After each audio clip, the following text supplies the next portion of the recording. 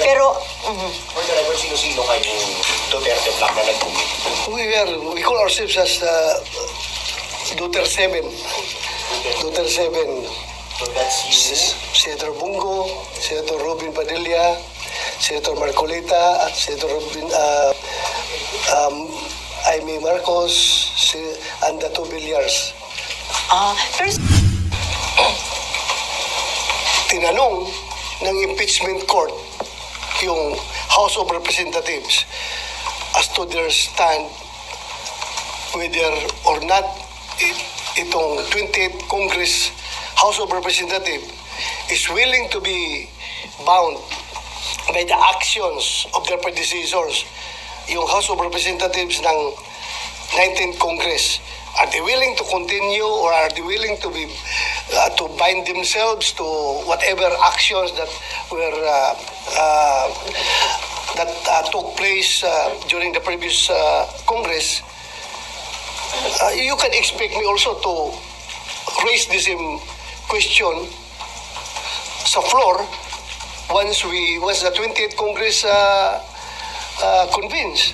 Itatanong ko rin na tinanong natin yung House of Representatives. Why not ask ourselves also?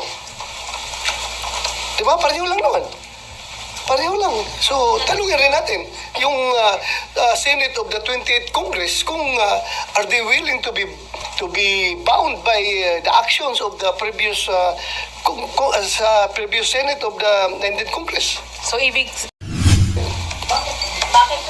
so We are talking about new composition ng Senado. So I am asking the Senate, not the impeachment court.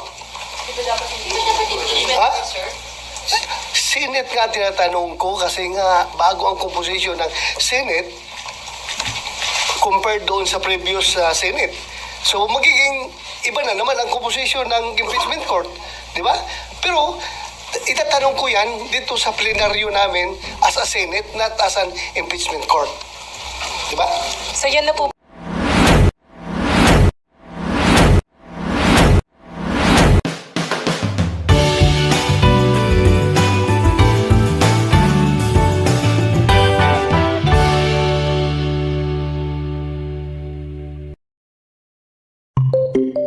Presidency. Nakapag-commit na kami. Tapos I don't know kung nakapirma na yung iba. Ay kayo, sir. Ako nakapirma na ako. Pero, For the record, sino-sino kayong Duterte Black na nag-commit? We call ourselves as